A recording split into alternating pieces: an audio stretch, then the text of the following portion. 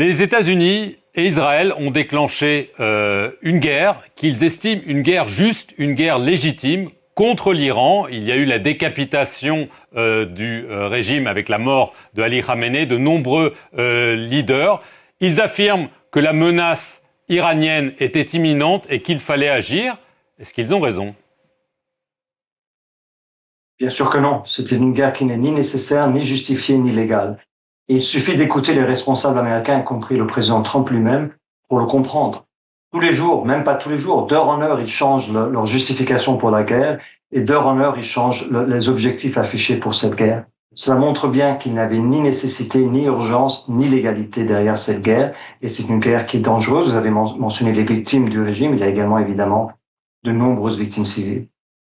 Alors, est-ce aussi une guerre américaine? La question, je vous la pose parce que le secrétaire d'État Marco Rubio a déclaré il y a quelques jours, en fait, que les États-Unis avaient dû intervenir face à une menace imminente. La menace imminente étant qu'Israël allant attaquer l'Iran, l'Iran allait riposter contre les bases militaires et les intérêts américains dans la région du Golfe, et que donc il fallait intervenir. Alors cela a suscité de nombreuses critiques, y compris dans les cercles trumpistes. Est-ce que c'est la guerre de Donald Trump ou est-ce que c'est la guerre de Benjamin Netanyahou qui est en train de se dérouler?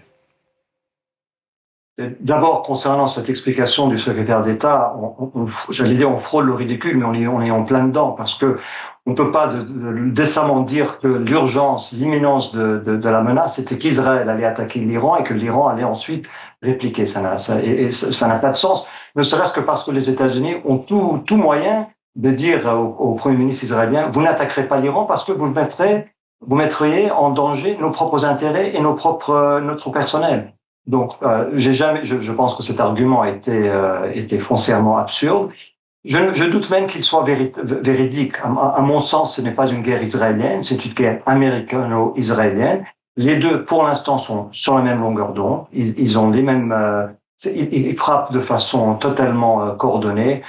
Les explications, comme on l'a dit tout à l'heure, varient d'heure en heure. Celle-là ne me semble pas particulièrement convaincante. Mais elle démontre encore une fois que cette cacophonie reflète le fait qu'il n'y ait ni justification, ni objectif clair associé à cette guerre.